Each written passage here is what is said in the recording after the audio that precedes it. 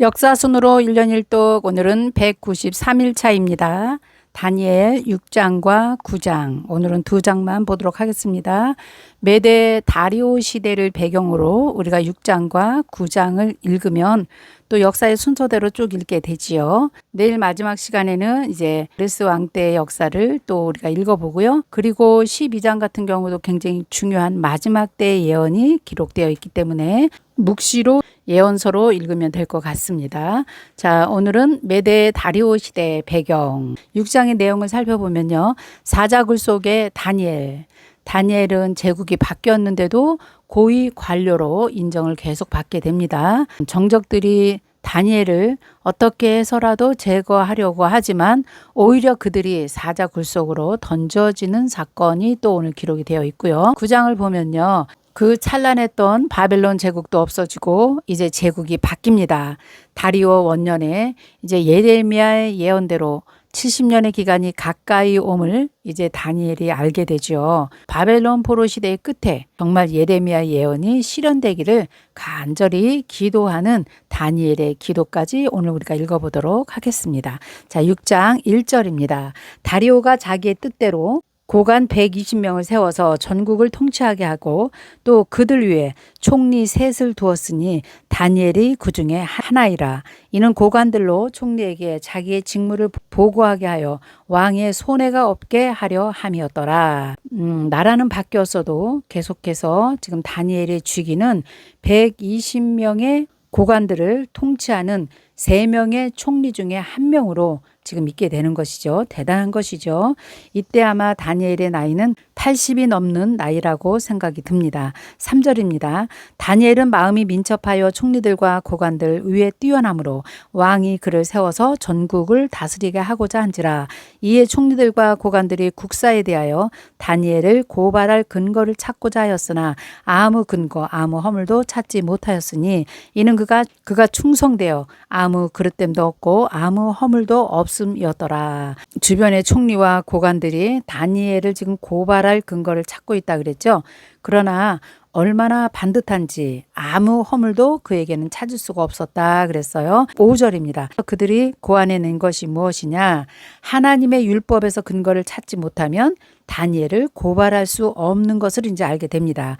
그래서 6절에 보면 이에 총리들과 고관들이 모여서 왕에게 나아가서 그에게 말하여 다리오 왕이여 만수무강하옵소서. 나라와 모든 총리와 지시와 총독과 법관과 관원이 의논하고 왕에게 한 법률을 세우며 한 금령을 정하실 것을 구하나이다. 왕이여 그것은 곧 이제부터 30일 동안에 누구든지 왕 외에 어떤 신에게나 사람에게 무엇을 구하면 사자굴에 던져 넣기로 한 것이니이다. 아주 억지로 지금 이제 법을 만들어서 왕에게 이제 이것을 건의하는 것이죠.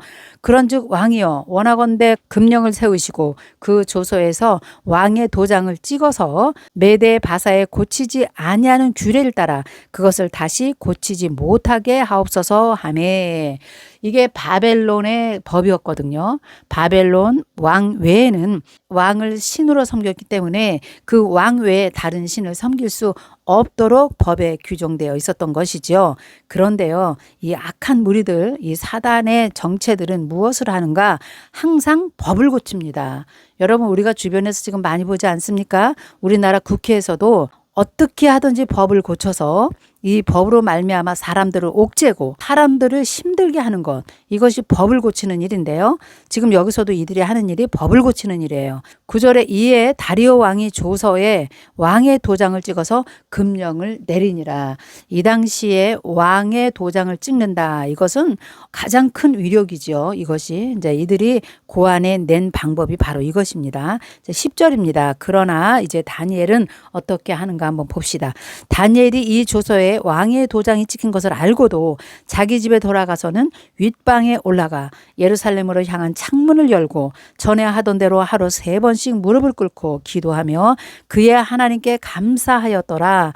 그 무리들이 모여서 다니엘이 자기 하나님 앞에 기도하며 간구하는 것을 발견했겠지요. 항상 하루에 3번씩 예루살렘을 향하여 성전을 향하여 기도하는 그 다니엘의 모습을 이들은 보고 있었던 것입니다. 이런 전례가 솔로몬 성전이 지어진 후에 예루살렘에서 생겼다고 해요. 자, 그런데 세월이 얼마나 많이 흘렀습니까? 그럼에도 불구하고 다니엘이 하루에 3번씩 예루살렘을 향해 기도하는 이 믿음, 정말 금보다 귀한 믿음, 변하지 않는 믿음을 우리가 볼 수가 있겠네요. 12절입니다. 이에 그들이 나아가서 왕의 금령에 대하여 왕께 아뢰어 왕이여, 왕이 이미 금령에 왕의 도장을 찍어서 이제부터 30일 동안에는 누구든지 왕 외에 어떤 신에게나 누구에게나 사람에게 구하면 사자굴에 던져 넣기로 하지 아니하였나이까. 왕이 대답하여 이르되 이 일이 확실하니 메대와 바사에 고치지 못하는 규례니라 하는지라. 그들이 왕 앞에서 말하여 이르되 왕이여, 사로잡혀 온 유다 자손 중에 다니엘이, 지금 다니엘의 신분은 총리거든요. 굉장히 높은 직인데도요. 이들은 아직도 호칭을 사로잡혀 온 유다 자손 중에 아직도 포로로 아주 무시하면서 지금 다니엘을 부르고 있는 것이죠.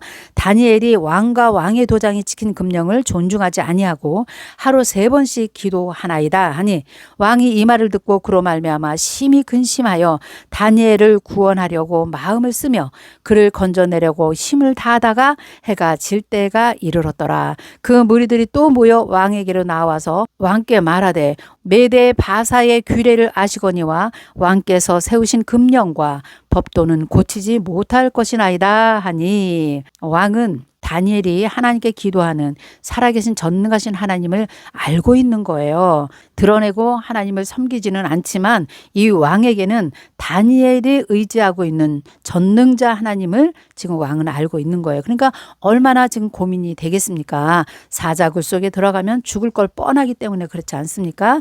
자, 그런데 어쩔 수 없이 왕의 도장을 찍었기 때문에 그거를 또 변경할 수도 없는 것이지요. 16절에 보면 이에 왕이 명령하며 다니엘을 끌어다가 사자굴에 던져 넣은지라. 왕이 다니엘에게 이르되 내가 항상 섬기는 너의 하나님 너를 구원하시리라. 이에 돌을 굴려다가 굴로 어귀를 막음에 왕이 그의 도장과 귀족들의 도장으로 봉하였으니 이는 다니엘에 대한 조치를 고치지 못하게 하려 함이더라. 왕이 궁에 돌아가서는 밤이 새도록 금식하고 그 앞에 오락을 그치고 잠자기를 마다하니라. 하나님을 알고 있는 왕 맞지요. 19절 이튿날 왕이 새벽에 일어나서 급히 사자굴로 가서 다니엘이 든 굴에 가까이 이르러서 슬피 소리질러 다니엘에게 묻되 살아계시는 하나님의 종 다니엘아, 내가 항상 섬기는 내 하나님이 사자에게서 능히 너를 구원하셨느니라 하니라. 다니엘이 왕에게 이르되 왕이여 원하건대 왕은 만수무강하옵소서.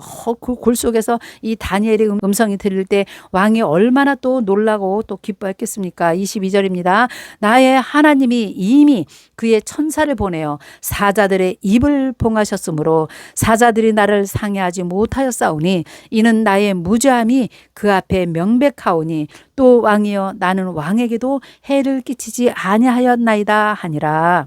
왕이 심히 기뻐서 명하여 다니엘을 굴에서 올리라 하매 그들이 다니엘을 굴에서 올린즉 그의 몸이 조금도 상하지 아니하였으니 이는 그가 자기의 하나님을 믿었음이었더라. 할렐루야. 정말 살아계신 하나님, 다니엘에게 역사했던 그 하나님이 지금은 주무실까요? 그렇지 않습니다. 지금도 여전히 우리의 삶 가운데 역사하시는 하나님을 우리가 100% 믿기만 하면 이런 역사와 기적이 우리 삶 가운데서도 일어나는 것입니다. 아멘이죠. 우리가 끊임없이 하나님께 기도하며 우리가 신실한 종으로 주님 앞에 서 있을 때 우리의 삶 가운데 이러한 일은 일어날 거라 확신합니다. 저도요. 24절입니다. 왕이 말하여 다니엘을 참수한 사람들을 끌어오게 하고 그들을 그들의 처자들과 함께 사자굴에 던져 넣게 하였더니 그들이 굴 바닥에 닿기도 전에 사자들이 곧 그들을 움켜서 그 뼈까지 부서뜨렸더라.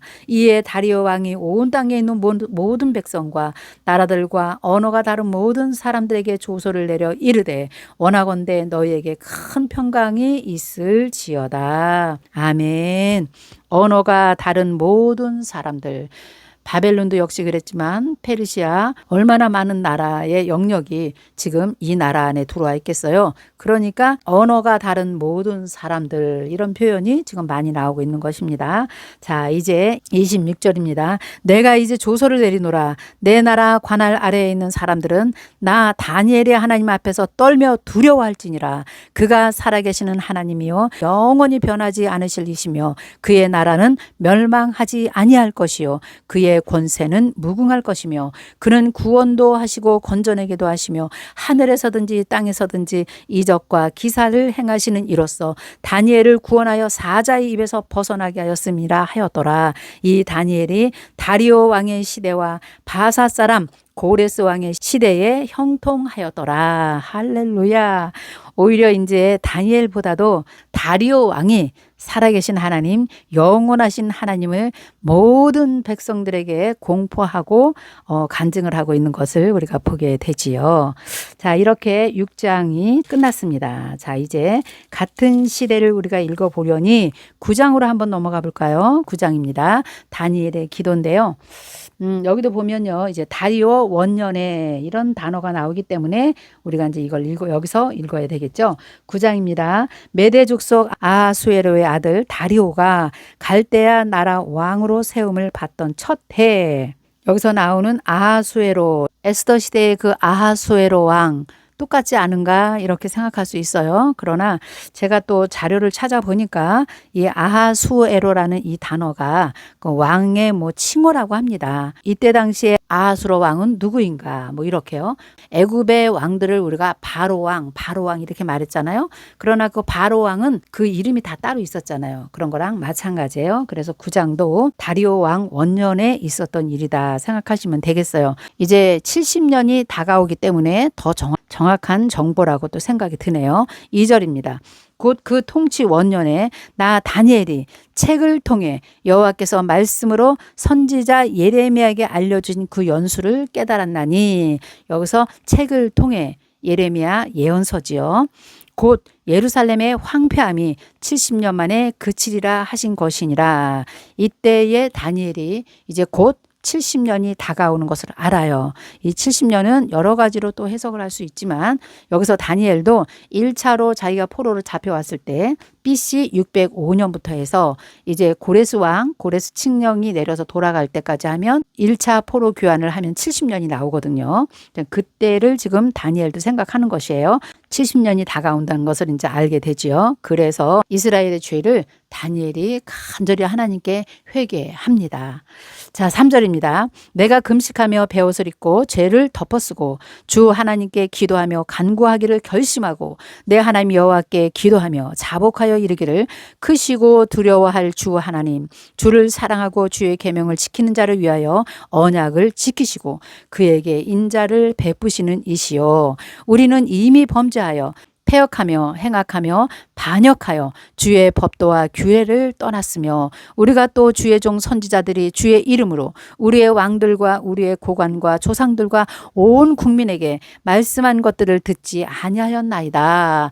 예레미야서를 보니까 얼마나 많은 예언자들을 하나님께서 보내시고 긴 시간 그렇게 하나님께서 돌아오라고 말씀하셨던 것을 지금 다니엘은 알고 있는 거예요. 모든 사람이 하나님의 말씀을 듣지 아니하였다 이렇게 고백하지요. 7절 주여 공의는 주께로 돌아가고 수치는 우리 얼굴로 돌아오미 오늘과 같아서 유다 사람과 예루살렘 거민들과 이스라엘의 가까운 곳에 있는 자들이나 먼 곳에 있는 자들이 다 주께 쫓아내신 각국에서 수치를 당하였사오니 이는 그들이 주께 죄를 범하였나이다. 주여 수치가 우리에게로 돌아오고 우리의 왕들과 우리의 고관과 조상들에게 돌아온 것은 우리가 주께 범죄하였음이니다마는 하면서 하나님께 긍휼과 자비와 용서를 구하는 기도를 9절에 하네요. 주 우리 하나님께서는 긍휼과 용서하심이 있사오니 이는 우리가 주께 우리 하나님 여호와의 목소리를 듣지 아니하며 여호와께서 그의 종 선지자들에게 부탁하여 우리 앞에 세우신 율법을 행하지 아니하였음이니이다. 그래서 하나님께 지금 간구하는 것이에요. 오직 하나님의 조건 없는 사랑과 기도와 국률만이 이 민족을 다시 구원할 수 있습니다. 이렇게 지금 고백하고 있어요. 모세의 율법에 기록된 대로 이 모든 재앙이 이미 우리에게 내렸사오나 우리는 우리의 죄악을 떠나고 주의 진리를 깨달아 우리 하나님 여호와의 얼굴을 기쁘게 하지 아니하였나이다. 그러므로 여호와께서 이 재앙을 간직하였다는 것은 얼마나 많이 기다려 주셨냐 이 말씀이에요.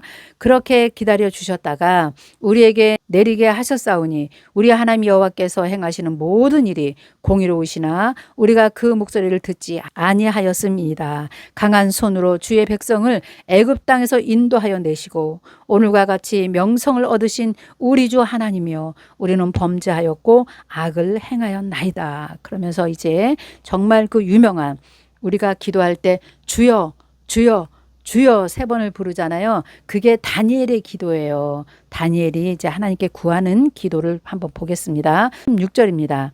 주여 구하옵나니 주는 주의 공의를 따라 주의 분노를 주의 성 예루살렘 주의 거룩한 산에서 떠나게 하옵소서.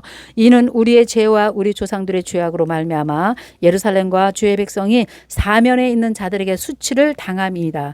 그러므로 우리 하나님이여 지금 주의 종의 기도와 간구를 들으시고 주를 위하여 주의 얼굴빛을 주의 황폐한 성소에 비추시옵소서. 주를 위하여 모든 영광 하나님께 올려드리는 것이죠. 주의 얼굴의 빛을 주의 황폐한 성소에 비추시옵소서. 나의 하나님이여 주를 기울여 들으시며 눈을 떠서 우리의 황폐한 상황과 주의 이름으로 일컫는 성을 보옵소서. 우리가 주 앞에 간구하옵는 것은 우리의 공의를 의지하는 것이 아니요 주의 큰 국률을 의지하여 함이니이다.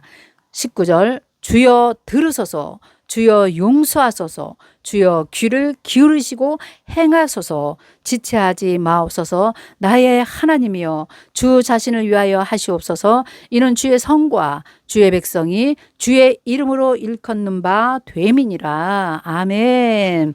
주여 들으소서 용서하소서 주여 귀를 기울여 행하소서 지체하지 마옵소서. 이런 기도를 우리도 기도할 때요 정말 두 손을 들고 하나님께 부르짖고 기도하는 이런 모습이 참 아름다운 모습이거든요. 사실은 손을 든다는 것은 우리 하나님께 우리가 항복한다는 뜻이거든요. 그렇기 때문에 손을 들고 주님을 부르는 기도 이거 참 좋은 것 같아요. 저는 개인적으로 그렇게 생각합니다. 자, 이제 20절부터는 이른 이래의 예언, 이제 어려운 마지막 때의 예언을 또 하나님께서 다니엘에게 주시네요. 이 예언이 언제 나온 예언이냐면요. 20절이네요. 내가 이같이 말하여 기도하고 내 죄와 내 백성 이스라엘의 죄를 자복하고 내 하나님의 거룩한 산을 위하여 내 하나님 여호와 앞에 간구할 때에 곧 내가 기도할 때에 이전에 환상 중에 본 그 사람 가브리엘이 천사죠. 빨리 날아서 저녁 제사를 드릴 즈음에 내게 이르더니 내게 가르침에 내게 말하여 이르되 다니엘아 내가 이제 내게 지혜와 총명을 주려고 왔느니라. 곧 내가 기도를 시작할 즈음에 명령이 내려졌으므로 이제 내가 알리러 왔느니라. 기도 시작할 때 이미 이른 이래의 예언을 하나님께서 주셨다는 거지요. 그러면서 너는 크게 은총을 받은 자라. 그런즉 너는 이 일을 생각하고 그 환상을 깨달을지니라.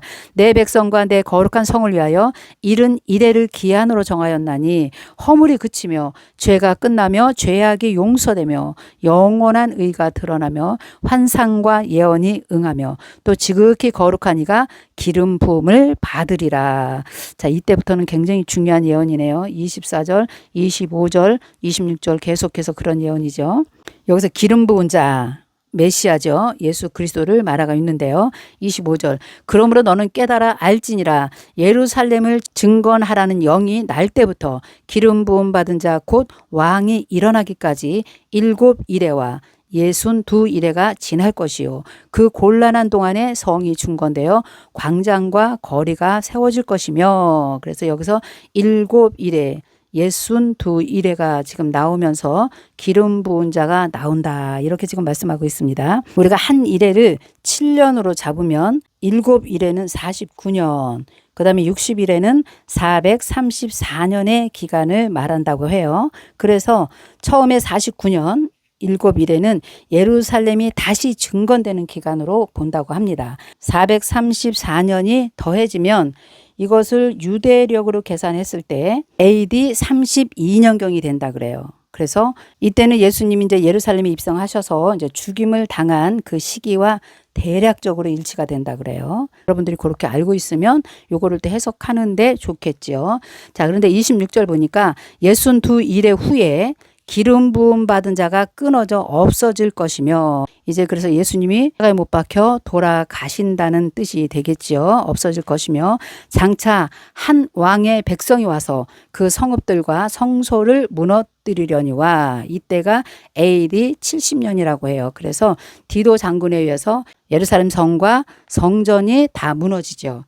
예수님이 이것을 예언해 주셨잖아요. 그의 마지막은 홍수에 휩쓸림 같을 것이며 또 끝까지 전쟁이 있으리니 황폐할 것이 작정되었느니라. 그래서 지금 우리가 사는 이 시대까지 지금 오게 된 것이죠. 27절이 이제 요한계시록적 말씀이 정확하게 지금 해석이 됩니다. 27절은 그가 장차 많은 사람들과 더불어 한 일해 동안의 언약을 맺고 그가 그 일의 절반의 제사와 예물을 금지할 것이며, 그래서 이것을 마지막 한 일회를 우리가 이제 세상 끝날을 의미하고 있는데요. 이것을 7년 환란으로 우리가 해석을 할 수가 있겠어요. 그 7년 환란 가운데 그가 적그리스도죠. 그 일의 절반의 제사와 예물을 금지할 것이며, 이것이 후 3년 반 때에 일어날 일인데요. 이스라엘과 일단은 7년 계약을 맺는 일이 있습니다. 중동에서 일어나는 일들이 이제 이런 일들이 일어날 것이죠.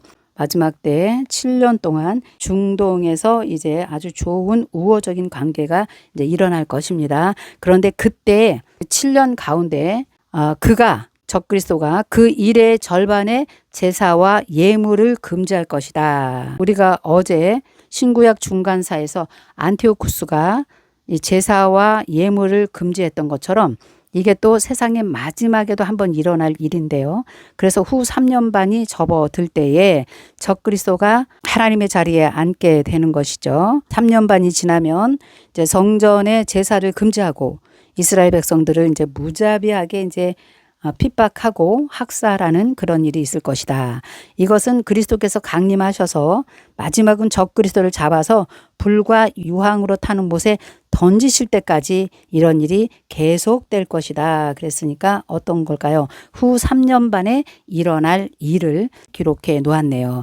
그리고 적그리스도 그는 포악하여 가증한 것이 날개를 의지하여 설 것이며 또 이미 정한 종말까지 진노가 황폐하게 하는 자에게 쏟아지리라 하였느니라.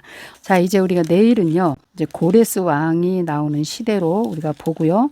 또 12장도 마지막 때에 대한 예언으로 끝나는데요. 거기까지 우리가 보고 다니엘을 마치도록 하겠습니다. 자, 오늘 여러분 수고하셨습니다. 내일 뵙겠습니다. 안녕히 계세요.